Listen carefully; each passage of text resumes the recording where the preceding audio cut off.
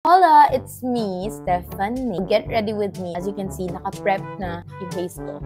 Nag-sunblock lang ako tsaka foundation. But today, magsa-start tayo. Mag-prepare tayo kasi I'm going out. Magpapa-adjust lang naman ako ng braces. We're going to start with eyebrows. Start ako. Nanonood ako ng horror mag-isa. As I was saying, start muna tayo sa nagamit ko. Malakas ba ang sounds? Wait lang, hinaan ko. Okay, so medyo nahinaan ko na siya. I'm going to start with using the Dazzle Me Dark Brown. Yeah, Dark Brown Eyebrow. This one is only 99 pesos. So, sobrang mura ng mga products ni Dazzle Me. Good sa mura siya. Napakaganda ng quality niya. By the way, everyone, this is not sponsored. Just appreciate the product so much. O, diba? Alam niyo, kapag nandito ako sa Cavite, sobrang relax ko. So anyways, guys, move on na tayo sa ating eye area. Again, Dazzle Me yung gamit ko is in the shade brown. Kasing mata ko, yung problem sa akin, diba brown lang ako kapag daily use lang. Bukod sa morena ako, yung mata ko, parang hindi siya OA. Tignan.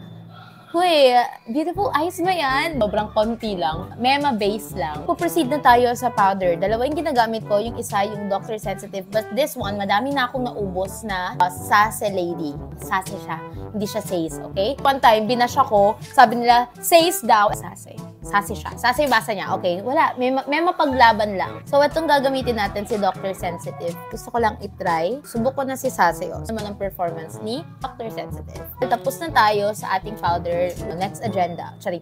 To the next product, which is yung Get Ready With Me na blush on. Diba? Sobrang pigment niya. Binili ko talaga yung merong konting pa-shine. Alam niyo everyone, if you are a morena girl at yung mga ginagamit yung product is yung may konting shine, tapos lalagyan ka ng spotlight or sunset, mailawan. Oh my God, chef's kiss. So, ang gagawin natin, lagay tayo ng ating natural lip cream.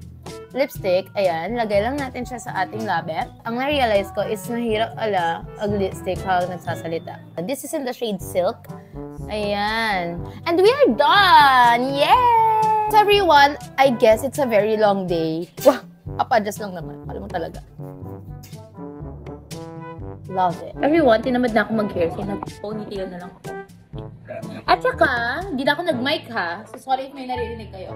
I'm going to use this perfume from Sweet Night. Ito, tumatagal to ng ilang oras. So, lalagay mo siya dito. Bang! Huwag niyo siyang i-rub, pat lang. Para, kasi pag di-rub niyo dyan, may libag kayo, may body odor, may putok. Narub na din.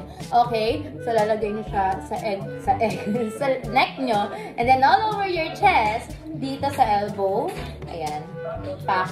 At naglalagay din ako dito sa likod. Boom. Tsaka dito. Ayan. Kasi, ewan, feeling ko kasi sa may mga binabali na ganyan.